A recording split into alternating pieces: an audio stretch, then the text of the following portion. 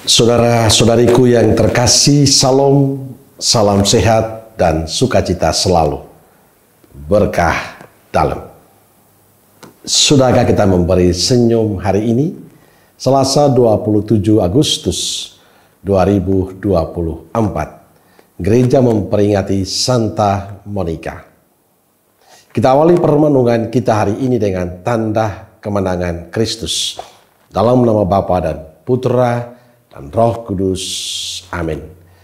Permenungan kita diambil dari Injil Lukas bab 7 ayat 11 sampai 17.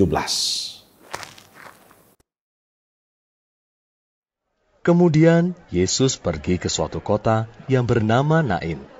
Murid-muridnya pergi bersama-sama dengan dia, dan juga orang banyak menyertainya berbondong-bondong. Setelah ia dekat pintu gerbang kota, ada orang mati diusung keluar. Anak laki-laki, anak tunggal ibunya yang sudah janda, dan banyak orang dari kota itu menyertai janda itu. Dan ketika Tuhan melihat janda itu, tergeraklah hatinya oleh belas kasihan. Lalu ia berkata kepadanya, "Jangan menangis." Sambil menghampiri usungan itu, ia menyentuhnya. Dan sedang para pengusung berhenti, ia berkata, "Hai anak muda, aku berkata kepadamu, bangkitlah." Maka bangunlah orang itu dan duduk dan mulai berkata-kata, dan Yesus menyerahkannya kepada ibunya. Semua orang itu ketakutan, dan mereka memuliakan Allah sambil berkata, "Seorang nabi besar telah muncul di tengah-tengah kita, dan Allah telah melawat umat-Nya." Maka tersiarlah kabar tentang Yesus di seluruh Yudea dan di seluruh daerah sekitarnya. Saudaraku terkasih, Injil hari ini bercerita tentang Yesus pergi ke sebuah kota bernama Nain.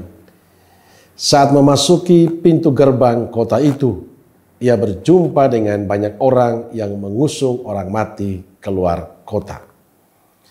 Seorang anak laki-laki tunggal seorang ibu yang sudah janda. Banyak orang kota itu menyertai janda tersebut. Janda itu sangat sedih ditinggalkan oleh anaknya yang dikasihinya. Melihat janda itu, tergeraklah hati Yesus oleh belas kasihan. Lalu Yesus berkata kepadanya, "Jangan menangis." Ungkapan "jangan menangis" menandaskan Yesus punya kuasa, mempunyai otoritas untuk menyembuhkan, untuk menghidupkan. Maka Injil mengatakan Yesus meminta para pengusung berhenti. Lalu ia berkata, "Bangkitlah." Dan pemuda itu pun bangun, duduk dan mulai berbicara. Tindakan Yesus menghidupkan anak si janda di luar pemikiran si janda itu sendiri. Mujizat ini benar-benar berasal dari belas kasihan Yesus. Itulah anugerah yang diterima si janda. Anaknya disembuhkan, dihidupkan oleh Yesus. Saudaraku terkasih, kuasa Tuhan juga terjadi dalam kehidupan Santa Monica. Pada usia 20 tahun ia menikah dengan Patrisius, seorang pemuda kafir.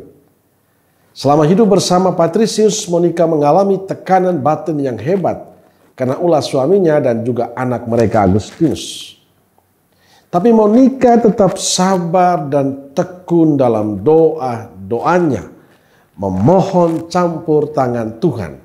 Dan pada akhirnya Patrisius maupun juga Agustinus anaknya bertobat dan minta dibaptis. Dua kisah hari ini menegaskan pada kita bahwa Allah punya kuasa, Allah punya otoritas pada setiap kita. Yang terpenting bagi kita adalah tetap setia, tekun memohon campur tangan Tuhan. Ada berkat yang kita terima, ada sukacita yang kita dapatkan. Maka saudara-saudariku yang terkasih, persembahkan hidupmu. Jangan pernah berhenti memohon kepada Tuhan. Apapun yang kita inginkan, Tuhan pasti merestui dengan cara Tuhan. Kalau kita setia memohon kepada Tuhan, saya yakin Tuhan tidak pernah akan tutup mata untuk kita yang setia. Amin. Semoga Allah yang Maha Kasih memberkati saudaraku sekalian, Bapa, Putra, dan Roh Kudus. Amin. Roh Kudus Nazaret, doakanlah kami. Amin. Berkah dalam.